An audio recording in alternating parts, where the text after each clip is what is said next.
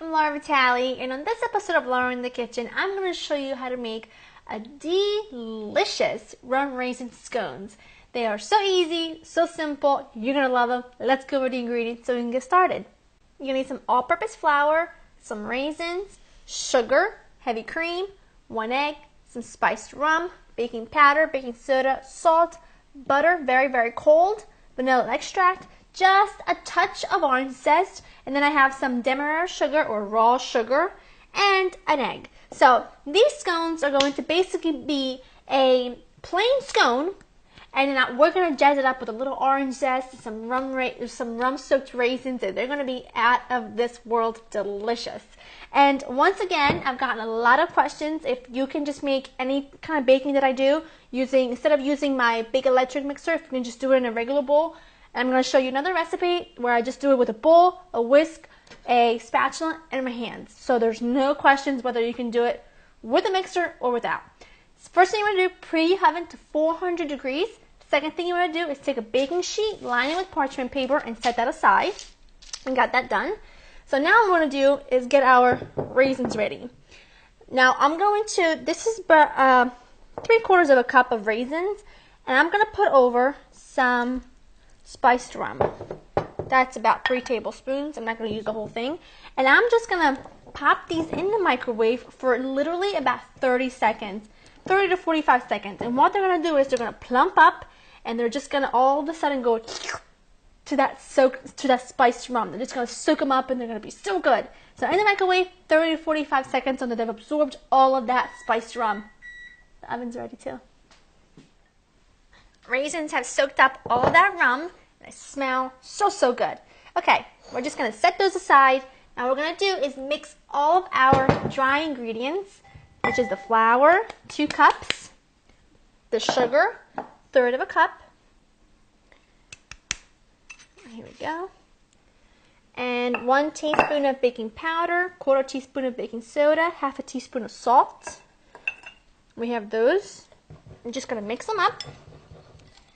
Okie doke. Now I'm going to take 8 tablespoons of butter, and it has to be cold butter. It cannot be room temperature because the cold butter is what's going to make these really flaky and delicious, which is exactly what we want. Set those over there. Just going to cut this up in small cubes. Got that done. We're going to add those to the flour mixture. And now you can use 2 forks or you can use your hands, which is what I'm going to do. And just using your hand, you want to squeeze the butter and the dry ingredients together until all the butter is kind of incorporated into the dry ingredients and they're in really teeny tiny little pieces. We have the dry ingredients and the butter really blended well together. You just want to make sure you have a nice coarse crumbly texture. There we go. Now to this, we're going to add the rum-soaked raisins, and now you can absolutely omit the rum. You do not have to use the rum if you don't want to. You can just use the same exact recipe minus the rum. And it'll be just as delicious. It just won't have that spiced rum flavor that we're trying to achieve today. Okay, we have that done. Now if you were to omit the raisins and just add the heavy cream, which we're going to just combine in a separate bowl, 1 egg, and just a touch of vanilla, about 1/4 teaspoon. If you were to add these ingredients minus the raisins to the dry mixture, you'd have a plain scone. Nothing wrong with that. So you really can play with this recipe 1,000 different ways. I mix so many different kinds, it's kind of hard to keep up. So here we go. We have that together. And I'm going to add this to my dry ingredients. And I'm also going to add in just a little bit of orange zest. It really kind of brings out the flavor of the rum. I want probably about an 1/8 teaspoon. Perfect. Here we go.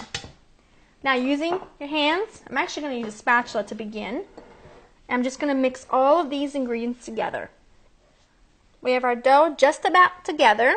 What I'm going to do is I'm going to sprinkle some flour on my board. dump it out. We're going to continue to work with it for just a few seconds. And just put it together. And you might have to add a little more flour as you go. You just want to put it together into a nice round disc that's about a ½ inch thick. And then I'll show you how I cut these in perfect triangles every single time. Just flatten it out. Just going to put a tiny bit more flour underneath.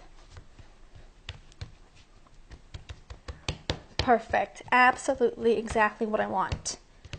Now I'm going to be using a dough scraper. Just flour the edges. And this is my way of making perfect triangles. Cut it in half. Each half. And half again. And then half again. There we go. Transfer these on our parchment lined baking sheet. There we go. And by not overworking the dough, makes these so flaky, so good. You're going to love them. Now those are done. Now we have the remaining egg for the egg wash. I just have a tablespoon of water in here. And all egg wash is a beaten egg with a little cream, milk, water, whichever you have around.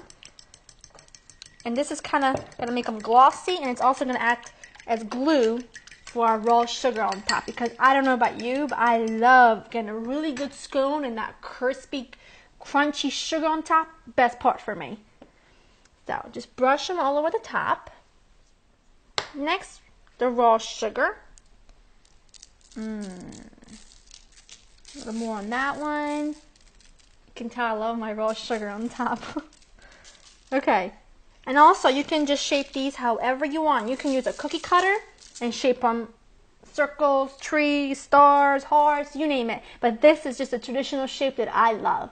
Going to go into the oven, 400 degrees that we preheated, for 17 to 18 minutes. They should be lightly golden brown, and they're going to be so good. Wait till you see them. Our scones are absolutely perfect. That is exactly how they should look. Look at that raisin. Looks so cool. Really crispy at the top. Golden brown at the bottom. They're super hot, but I just want to dig into one so bad. Just gonna put them on a pretty platter. Like so. You know what these go really good with? Believe it or not, chai tea. There's something about the spices in the rum and that orange zest that goes really well with the spices in chai tea. I know it sounds strange, but it really does go amazing together. Look at that. There is no room for one. Could that have been on purpose? Who knows? They're really hot. But they're so good. Oh my goodness. I made all 8 of them. They're so flaky too. Yum. Absolutely delicious. So good. Go on my website at www.laureninthekitchen.com to get this recipe. Get in your kitchen right away and make them because they're out of this world. I hope you guys have enjoyed spending time with me. Try them out, and I'll see you next time. Bye-bye.